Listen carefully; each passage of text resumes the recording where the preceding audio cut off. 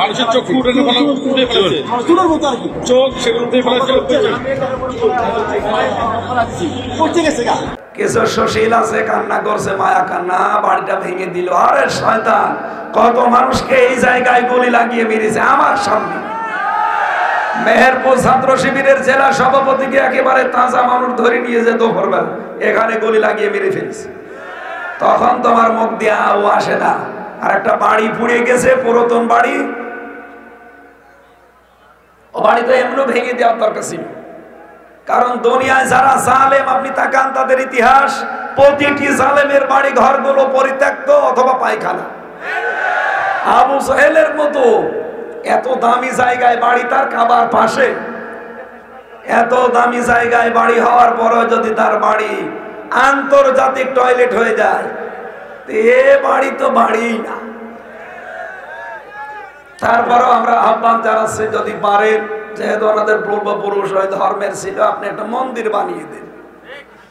যদি মন্দির নাই বানান তো অন্তত মসজিদ বানিয়ে দেন। আর আমি জানি দেশের মানুষ মসজিদ বানালে মেনে নিচ্ছে না, কারণ ওই গজবের জায়গায় নামাজ হবে না। এই জন্য আমার মনে হয় এখন যুবক যারা এই দেশে, তারা সবাই আওয়াজ তুলছে যে ওইটা জাতীয় টয়লেট বানিয়ে। আমি একবার কাবা শরীফ তাওয়াফ করছিলাম, হঠাৎ দেখি পেটে ব্যথা। কি গো? এক পুলিশকে বললাম, ইয়া আখি, তা ভাই এদিকে আসেন। কি মানে এতক্ষণ তো ভালোই লাগছিল, কাবা শরীফ আমি তাওয়াফ করছিলাম, হঠাৎ এই উপরে এসে আমার পেটে ব্যথা করছে, এখানে কোনো ফার্মেসি আছে? আমার বলছে, ইয়া হাজি ওল হজ্জা তাইনা বিলাদুকা। হাজি দেশ কোথা? যে তুমি বাংলাদেশ। বাংলাদেশ থেকে এসেছি। ওর ভাষা দিয়ে আমারে বলছে, হাজি আপনি জানেন না এটা কোন জায়গা? না তো। আবু জাহেলের বাড়ি। আপনি এখনো পায়খানা না করে দাঁড়িয়ে আছে, তাড়াতাড়ি যান। পায়খানা করে দেখি আমার পেটের ব্যথা ভালো লাগছে। সুবহানাল্লাহ।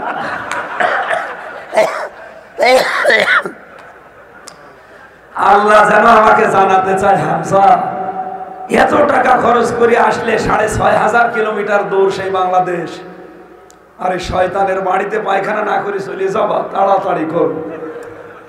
আমার তো মনে হচ্ছে সামনে এখন অনেকের ইতিহাস তাই হবে। আমার কুষ্টিয়ার হানিফের বাড়ি অলরেডি টয়লেট হয়ে গেছে, ৪-৫ জন করে যায়, কেউ এদিকে কেউ এদিকে কেউ এদিকে, মনে হচ্ছে জামাত বদ্ধ টয়লেট চলছে। এমনিতে এগুলো করেনি।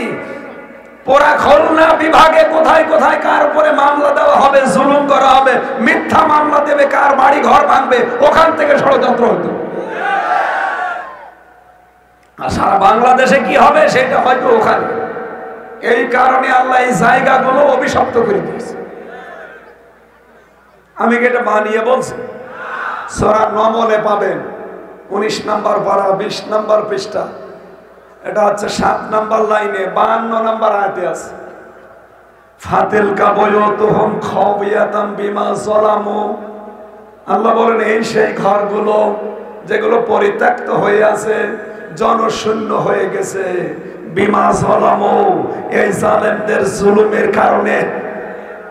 আয়াতটা নাজিল হওয়ার ১৫০০ বছর আগে, আর আমার মনে হয় আল্লাহ এই মাত্র বাংলাদেশ দেখে নাজিল করছে। আপনি তাকান সারা দেশের অবস্থায় এক।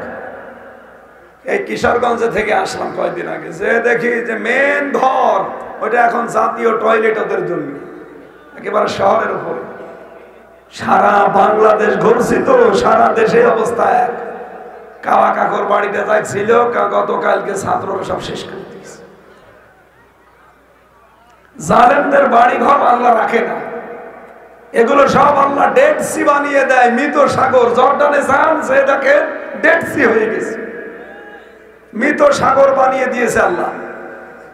এই জন্য এতদিন যারা জুলুম করেছেন তাদের বাড়ি ঘর রাখবে না আল্লাহ, হয় জনশূন্য করে দেবে অথবা পরিত্যক্ত বানিয়ে দেবে।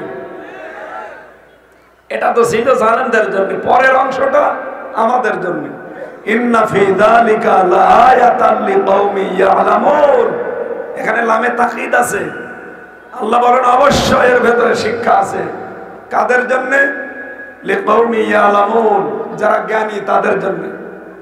সুতরাং আমরা যদি জ্ঞানী দাবি করে থাকি, আগামী থেকে যারা আসবেন, এই বাংলার চেয়ারে যারা বলবেন, চিন্তা ভাবনা করে দেশ চালাবেন। যদি জুলুম করেন 5 বছর পরে আপনার বাড়িও শ্মশান হয়ে যাবে।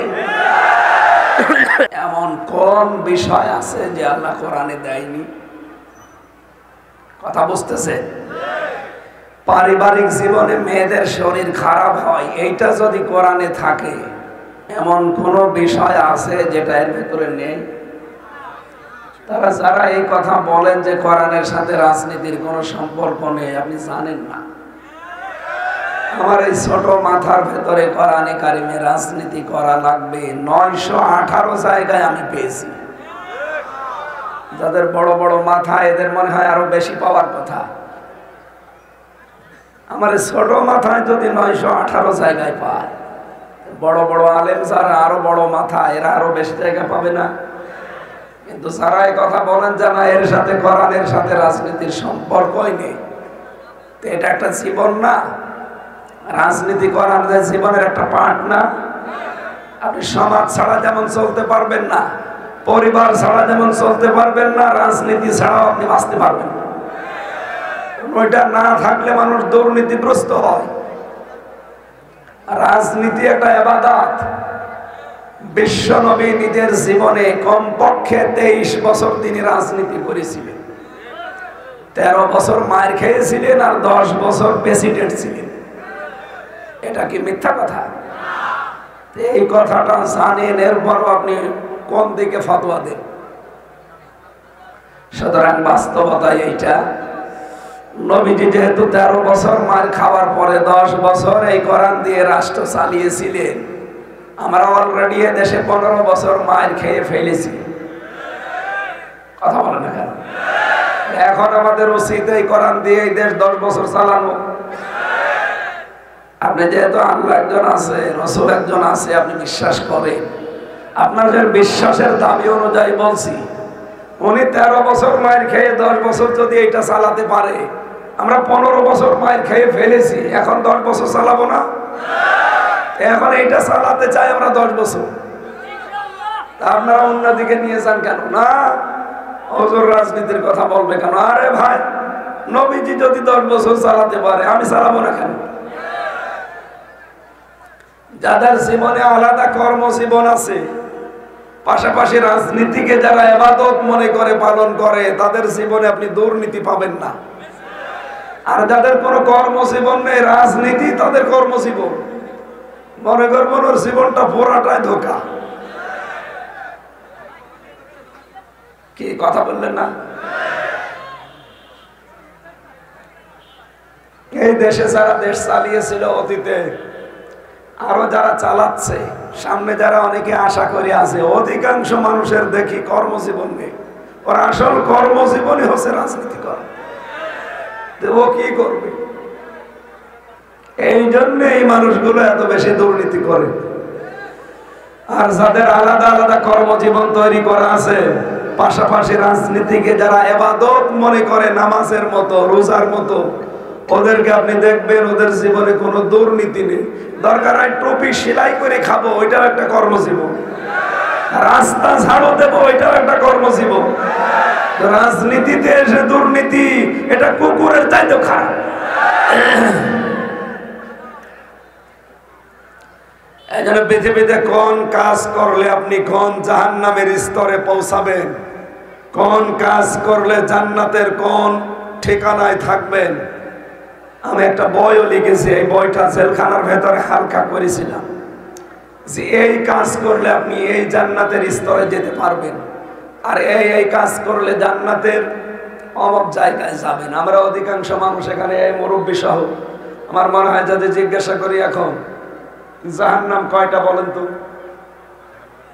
7টা। জান্নাত আমিও এটাই বলেছি। কোনদিন চিন্তা ভাবনা করেছি এটা হয় আপনার শোনা কথা, না ওই 1 2 3 4 5 এ পড়া কথা? ওটা আমরা পড়েছি। এই কোরআনে কারিমে আল্লাহ এরকম তথ্য দেননি যে জান্নাত 8টা, জাহান্নাম 7টা, না, নেই। সূরা হিজরের 44 নম্বর আয়াতে আছে লাহা সাবআতু আবওয়াব। জাহান্নামের দরজা 7টা। জাহান্নামের দরজা কয়টা? লিকুল্লি ইমরিন লিকুল্লি বাবিম মিনহুম জুজউম মাকসুম। দুনিয়ায় যে সেই ধরনের অপরাধ করবে, কিয়ামতের দিন আল্লাহ তাকে ওই জায়গায় ওই দরজা দিয়ে প্রবেশ করাবে। তাহলে আমাদের এই আয়াত থেকে শিক্ষা নেওয়া দরকার, আমি কোন কাজে আছি। জান্নাতের দরজা যেহেতু 8টা, জাহান্নামের দরজা 7টা। যে সেই ধরনের কাজ করবে, আমল করবে, তার উপরে ভিত্তি করে আল্লাহ তাকে ওই দরজা দিয়ে প্রবেশ করাবে। এখন আমি দেখি যে আমি কোন দরজা দিয়ে যাওয়ার মতো উপযুক্ত। জাহান্নামের প্রথম দরজার নাম হচ্ছে জাহান্নাম। নাম কি? নামই জাহান্নাম। আল্লাহ পাক বলেন ইন্না জাহান্নামা কানাত মিরসাদা। সূরা নাবার ভেতরে আছে 21-22 নম্বর আয়াত। জাহান্নাম একটা ফাঁদ, লিত্তাগিনা মাআবা। 2টা গুণ বিশিষ্ট মানুষকে আল্লাহ এই দরজা দিয়ে প্রবেশ করাবে। তাহলে জাহান্নাম এটা একটা দরজার নাম। কথা বলে না কেন? এই যে এটা মাদ্রাসা মনে করেন, এই মাদ্রাসায় 1 থেকে 10 পর্যন্ত পড়ায়। এর আলাদা আলাদা প্রত্যেকটা ক্লাসরুম আছে না? যে যেই ক্লাসে পড়বে ওই ক্লাসের দরজা দিয়ে প্রবেশ করবে। ক্লাস 3 পড়ে, ও ক্লাস 9 এর ক্লাসে ঢুকে প্রবেশ করে পড়তে পারবে? ওরে ঢুকতে দেবে? মাদ্রাসা কর্তৃপক্ষ যারা আছে বলবে বেটা তুই পড়িস 3 যা। আরো যদি দেখে যে না এর যা অবস্থা, এর 3ও রাখা যাবে না। এক সাইডে যে কাজ ছিল বাবার কাছে, আব্বা বলছে কি হয়েছে? আব্বা রেজাল্ট দিয়েছে পরীক্ষার রেজাল্ট দিয়েছে তো ভালো, তুই কি পাস না ফেল? কথা বলে না, কান্নাকাটি করে। দিয়েছে 2 থাপ্পড়। তুই বলবি তো যে তুই পাস না ফেল? আব্বা ফেল করলে তো কথা ছিলাম 5-এ, নামিয়ে দিয়েছে 3। আমি যে ক্লাসে ছিলাম অন্তত ফেল করলে তো ওই ক্লাসে থাকতে পারতাম। এমন ছাত্র আমি, পরীক্ষার রেজাল্ট দেখার পরে স্যারদের মাথা গেছে খারাপ হয়ে। আমি ছিলাম 5-এ, নামিয়ে দিয়েছে কোথায়?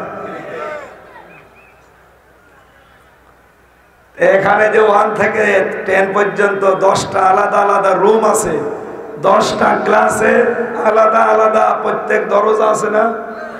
যে সেই ধরনের তাকে ওই দরজা দিয়ে এ মাদ্রাসার যারা, স্কুলের যারা কর্তৃপক্ষ, স্যার যারা বলে এই দরজা দিয়ে তুই প্রবেশ কর। ওখানে লেখা থাকে 1, 2, 3 লেখা থাকে না? এখন দুনিয়াতে আপনি কি কি কাজ করছেন, এই কাজের উপরে ভিত্তি করে কিয়ামতের দিন আপনাকে আল্লাহ ওই দরজা দিয়ে প্রবেশ করাবে। এখানে যেহেতু মাদ্রাসায় একটা ক্লাসরুম 10টা, জান্নাতও একটা। জান্নাতের বাব, দরজা, স্তর কোরআনে আমি 100টা পেয়েছি, নাম করা আছে 8টা। জাহান্নামের দরজা পেয়েছি 7টা, জাহান্নাম একটা। এখানে যারা অবাধ্য, যে মানুষগুলো সীমা লঙ্ঘন করে আর আল্লাহর বিধানকে যারা অস্বীকার করে, এই 2টা গুণে গুণান্বিত মানুষদেরকে আল্লাহ জাহান্নামের দরজা দিয়ে প্রবেশ করাবে। 2 নম্বরের দরজার নাম হচ্ছে লাযা। কাল্লা ইন্নাহা লাযা নাযাআতাল লিশাওয়া তাদউ মান আদবারা ওয়া তাওয়াল্লা ওয়া জামাআ ফাআওয়া। সূরা মাআরিজের ভেতরে আছে লাযা। এটা তো ভয়ঙ্কর। রব্বুল আলামিন বলেন এখানে প্রবেশ করার সঙ্গে সঙ্গে মানুষের চামড়া খসে যাবে। এই ভয়ঙ্কর দরজা দিয়ে কাদেরকে প্রবেশ করাবো জানো? যে মানুষগুলো দুনিয়ার ময়দানে সত্যকে সত্য জানার পরে অ্যাবাউট টার্ন করে চলে গেছে। আর এটা বাংলাদেশে বেশি। এই কথা বোঝা লাগবে। চোখে আঙ্গুল দিয়ে দেখিয়ে দেওয়া হয়, তারপরও না, চলে যায়। আমি কি নাম ধরবো? 2 নম্বরে জামাআ ফাআওয়া, পৃথিবীতে যারা মাল সম্পদ জমা করতেই থাকে আর চিন্তা করে কি করে এটা সংরক্ষণ করে রাখা যায়, এই দুইটা গুণ যাদের, তাদের আল্লাহ লাজায় দেবে। 3 নম্বরের দরজার নাম হাবিয়া। ওমা আদরাকা মা হিয়া নারুন হামিয়া। হে নবী, আপনি কি জানেন হাবিয়াটা কি? এটা জ্বলন্ত আগুন। এখানে কাদেরকে দেবেন? ওয়া আম্মা মান খাফফাত মাওয়াজিনুহু ফাউম্মুহু হাবিয়া। এই পৃথিবীতে যাদের ওজনের পাল্লা হালকা হবে তাদেরকে আল্লাহ হাবিয়ায় দেবে। এবার আসেন মূল কথায়। ওজনের পাল্লা বলতে বাংলাদেশে আমাদের একটা ভ্রান্ত ধারণা আছে। আমরা মনে করি মিজান, মিজানের পাল্লা। মিজানের পাল্লা মানে কি? দেখলেন, আপনার মতো আমিও জানতাম মিজানের পাল্লা মানে দাড়ি পাল্লা। আপনি এমন কোন অভিধান পৃথিবীতে পেয়েছেন যেখানে আরবিতে লেখা আছে যে মিজান মানে দাড়ি পাল্লা? নেই। আমি যত অভিধান বাংলাদেশে আছে সব আমি দেখেছি, একটাও পাইনি। আমার বিশ্ববিদ্যালয়ে কোরআনের উপরে মাস্টার্স করা, তার মানে আপনার চাইতে অন্তত কোরআনের উপরে কিছুটা হলেও কিছু দখল আমার বেশি আছে। এত কিছু পড়াশোনা করি আমি মিজান মানে দাড়ি পাল্লা পাইনি। মিজান মানে মানদণ্ড। মিজান মানে কি? আপনি অভিধান নিয়ে আসেন, এটা লেখা আছে। অথচ সারা বাংলাদেশে আমরা জানি মিজানের পাল্লা মানে দাড়ি পাল্লা। বলেন তো একটা বাস্তব কথা, কিয়ামতের দিন আল্লাহ যে মিজানে মাপ দেবে, এই যে মাওয়াজিনহু শব্দটা আছে আয়াতে, ওয়া আম্মা মান খাফফাত মাওয়াজিনহু, এই মাওয়াজিন শব্দটা কাকে বলে? এটা ভাঙতে হবে। কিয়ামতের দিন যেহেতু আল্লাহ মাপ দেবেন, আমল মাপবেন। মিজানের পাল্লায় কি মাপা হবে? আমল। আমল মানে কাজ। আমল আরবি শব্দ, বাংলা কি? এ পর্যন্ত বুঝেছেন কিনা বলেন? আমল মানে কি? মিজানের পাল্লায় আল্লাহ মাপ দেবে কি? কাজ, আমল। এখন কোন পাগলকে জিজ্ঞাসা করেন তো যে কাজ কি মানুষ দাড়ি পাল্লায় তুলে দিয়ে মাপে যে 10 কেজি কাজ? মাপ দেওয়া হবে কিয়ামতে, আল্লাহ এতটুকু বলেছেন, কিন্তু কিসে মাপ দেওয়া হবে এটা তো কোরআনে নেই। মিজান শব্দ আছে, মিজান মানে তো দাড়ি পাল্লা না, মিজান মানে আছে মানদণ্ড। মিজান মানে কি? তাহলে কিয়ামতে আল্লাহ মাপবেন যেহেতু আমল, নেক আমল, বদ আমল, ভালো কাজ, খারাপ কাজ। কথা বলে না কেন? তাহলে কাজ কি মাপে মানুষ দাড়ি পাল্লায় তুলে দিয়ে যে এদিকে 10 কেজি কাজ তুলে দিলাম, এদিকে 5 কেজি। কাজ মাপতে হয় গুরুত্বের ভিত্তিতে। কি কথা বলছেন তো? এই যে বিশাল প্যান্ডেল, যদি বলি এটা মেপে দেন তো দাড়ি পাল্লায় তুলে দেবেন, এটা মাপতে হলে কি লাগবে? হ্যাঁ, ফিতা লাগবে, ফিতা, গজ। এখন যদি এই যে চা দিয়েছেন, বলে চাটা একটু মেপে দেন তো, ফিতা দিয়ে মাপবেন কি দিয়ে? সিসি দিয়ে, লিটার দিয়ে। এটার জন্য আলাদা জিনিস আছে।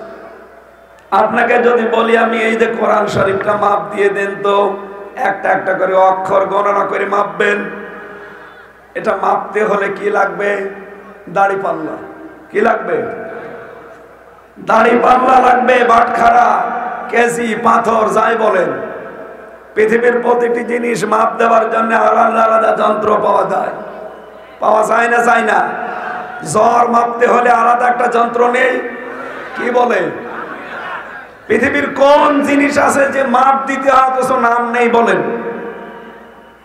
আপনাকে যদি বলি এই যে বিল্ডিংটা, এটা একটু মেপে দেন, দাড়ি পাল্লায় তুলে দেবেন, এটা মাপতে হলে ফিতা লাগবে, গজ লাগবে, মিটার লাগবে। পৃথিবীর প্রতিটি জিনিস যেহেতু মাপ দিতে হলে যন্ত্র আলাদা আলাদা, এক জিনিস দিয়ে সব জিনিস মাপা যায়? কাজ, আমল, এইটা আল্লাহ মাপবে কিয়ামতের দিন।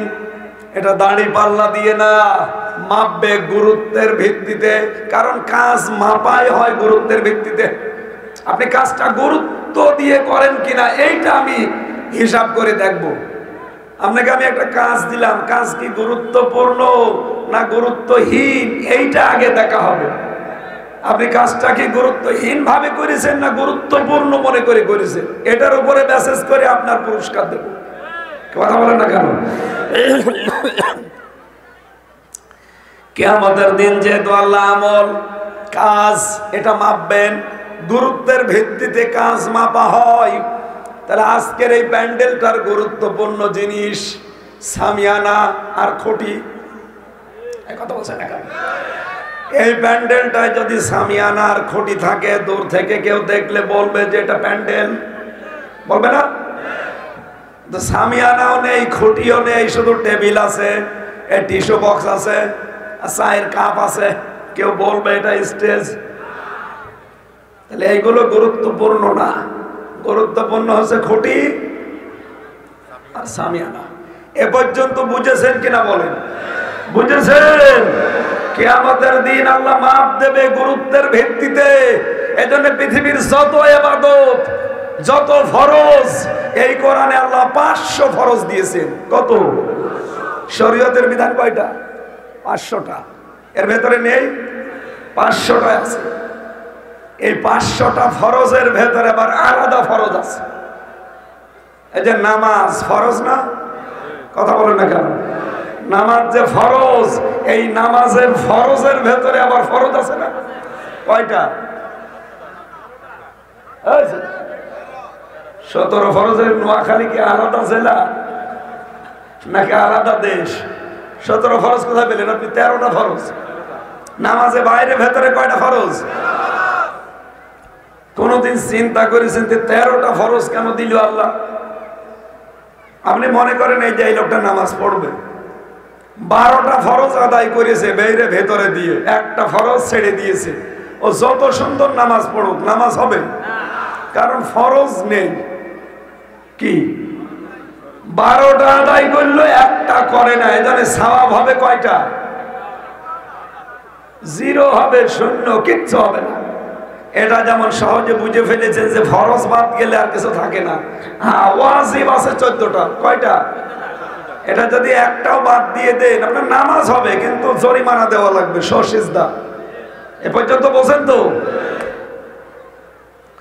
নামাজের 13 ফরজের একটা ফরজ ছেড়ে দিলে 12টা সুন্দর করে আদায় করলে যেমন নামাজ হয় না, সওয়াবও হয় না, 0 হয়, 0 হয়। এই কোরআনে 500 শরীয়তের বিধান আছে, এগুলো গুরুত্বপূর্ণ। এই খুঁটি আর সামিয়ানার মতো আপনি যদি একটাও বাদ দেন আর একটার অস্তিত্ব পাবেন। কথা বলেন না কেন? এখানে শুধু খুঁটি টাঙিয়ে রাখেন তো কে বলবে প্যান্ডেল? বলবে? শুধু সামিয়ানা দেবেন, প্যান্ডেল বলবে? আপনি প্যান্ডেল লাগাবেন কোথায়? সামিয়ানা।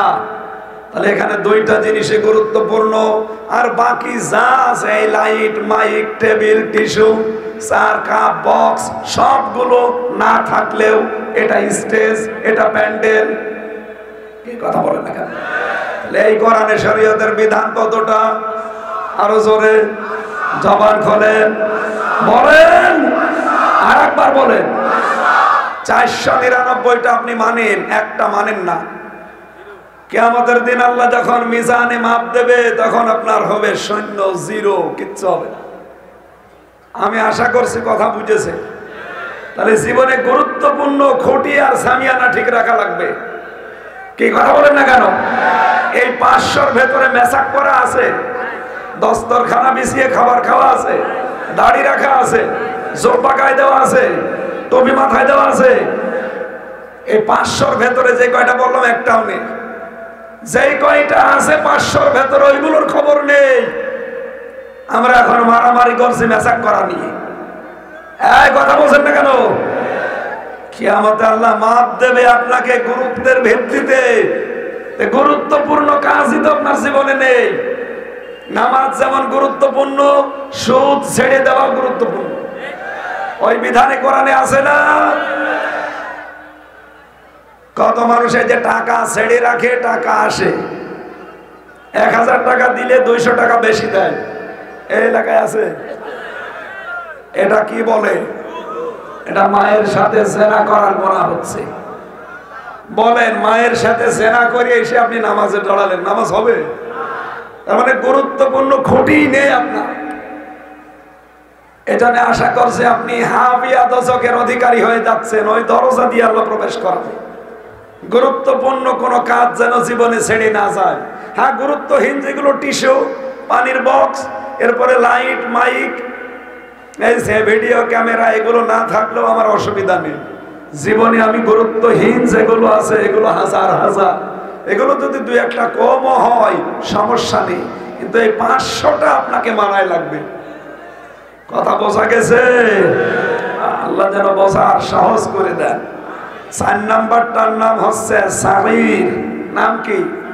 যারা কিয়ামত অবিশ্বাস করে, যে জবাব মবাব নেই, নো চিন্তা গফর দিয়ে এরকম করে বেড়ায়, তারা সাগীরে যাবে। 5 নাম্বারটার নাম হচ্ছে সাকার। যে মানুষগুলো নামাজে উদাসীন, নামাজ পড়ে কিন্তু নামাজের কোনো শিক্ষা নেয় না, যারা সমালোচনা করে মানুষের, যারা সমালোচনা করে মানুষের, আর যারা এতিম মিসকিনদের খাবারের ব্যবস্থা করে না, দারিদ্র মুক্ত করার জন্য কাজ করে না দেশে, আরো দারিদ্র কি করে হয় সেই চেষ্টা করে।